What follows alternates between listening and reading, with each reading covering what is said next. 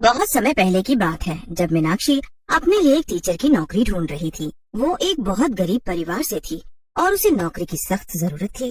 वो हर दिन अखबार में अपने लिए नौकरी ढूंढती और फिर इंटरव्यू देने जाती, पर उसका एक भी इंटरव्यू क्लियर ही नहीं हो रहा था। अरे बेटी मीनाक्षी, तू परेशान क्यों हो रही है? सब्र रख, भगवान सब अच्छा करेंगे और तुझे एक बढ़िया सी स्कूल में नौकरी मिल जाएगी। माँ, आप ये बात मुझे पिछले 5 महीनों से बोल रही हो। कितना सब्र रखूं आखिर में? पापा अब ज्यादा काम नहीं कर पाते, तुम्हारा ऑपरेशन भी करवाना है और घर के खर्चे। हाँ, और तेरी शादी भी तो है। मेरी शादी तो बात की बात है माँ, अभी ये सब जरूरी है। खैर, अब मैं जा रही हूँ, आज एक इंटरव्यू है, तो क्या पता आपकी बात सच हो जाए। हाँ हाँ बेटी, भगवान का नाम ले और बस चली जा। मीनाक्षी इंटरव्यू देने चली जाती है। वहाँ उसका इंटरव्यू काफी अच्छे से हो जाता है और वो बड़ी खुश होती है कि उसे पूरी उम्मीद होती है कि इस बार उसकी नौकरी पक्का लग ही जाएगी। मीनाक्षी खुशी खुशी घर आ रही होती है। धूप काफी होती है, इसलिए वो रास्ते में एक बाग से होती हुई घर आने लगती है। धूप और गर्मी की वजह से पूरे बाग में कोई नहीं होता। मीनाक्षी अपनी नौकरी के बारे में सोचते सोचते बस चली जा रही होती है कि तभी उसको किसी बच्चे के रोने की आवाज आती है।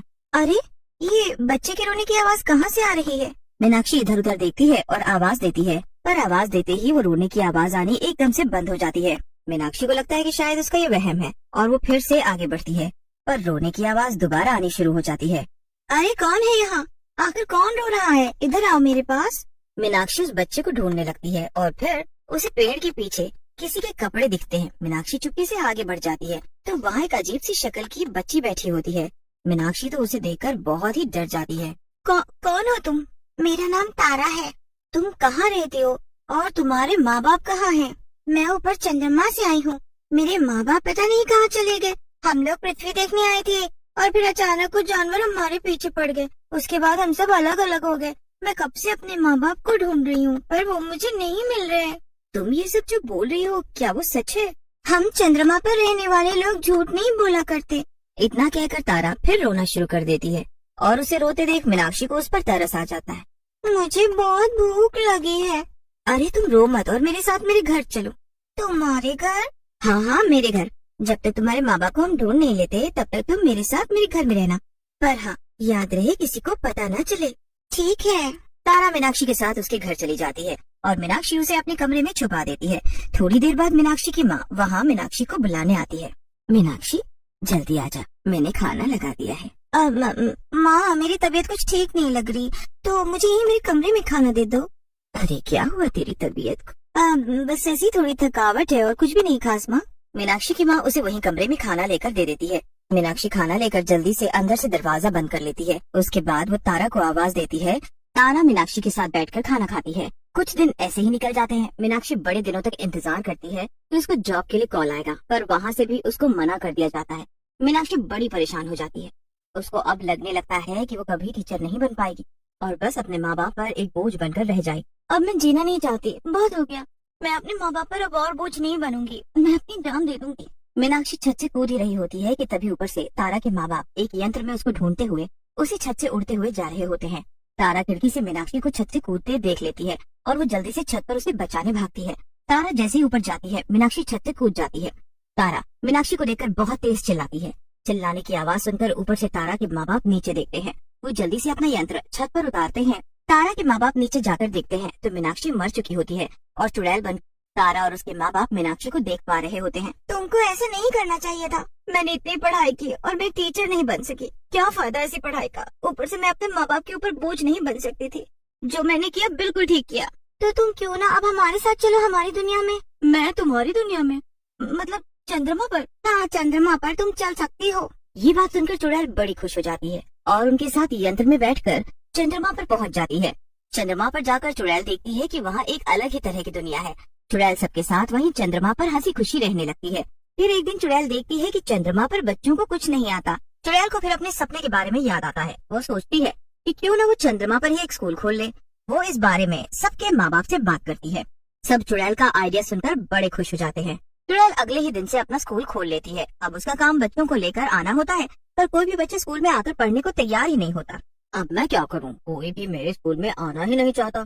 चुड़ैल अब फिर से परेशान हो जाती है कि वो ऐसा क्या करे जिससे बच्चे उसके स्कूल में आना शुरू करें। उसके बाद फिर वो बच्चों के लिए नए नए खिलौने और झूले स्कूल में लगाती है। क्या हुआ बच्चों, दूर क्यों खड़े हो? पास आओ, देखो कितने खिलौने हैं, झूले हैं। और क्यों, तुम सब अंदर क्यों नहीं आना चाहते?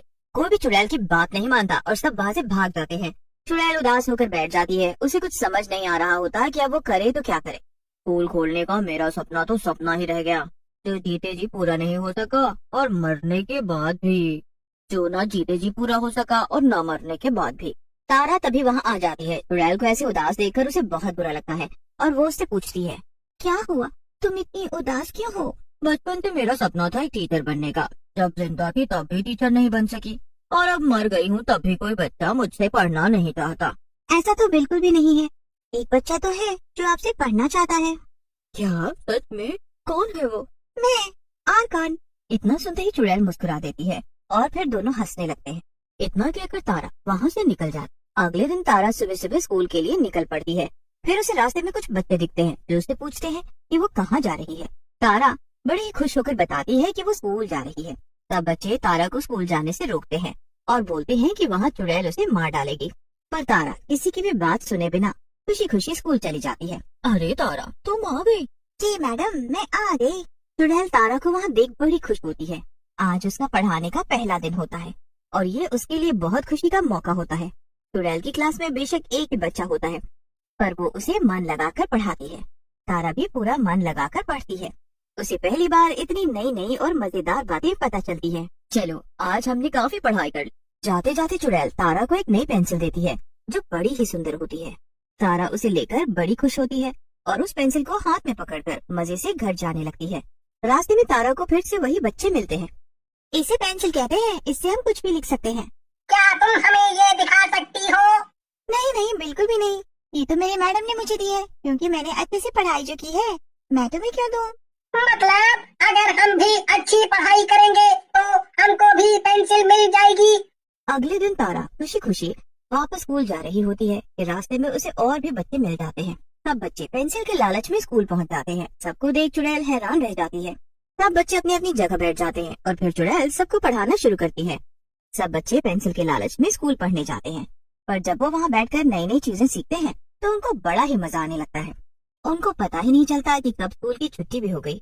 बच्चे बड़ी ही खुशी से घर जाने लगते हैं और उनको स्कूल में इतना अच्छा लगता है कि वो पेंसिल के बारे में भूल ही जाते हैं। अरे अरे, कहाँ जा रहे हो? रुको रुको, एक मिनट। चुड़ैल फिर एक डब्बा खोलती है जिसमें ढेर सारी पेंसिल होती है। वो सब बच्चों को एक एक करके सारी पेंसिल बांट देती है। बच्चे पेंसिल लेकर बहुत खुश होते हैं। उनको उस दिन बड़ा ही अच्छा लगता है। आखिरकार आज मेरा सपना पूरा हो ही गया।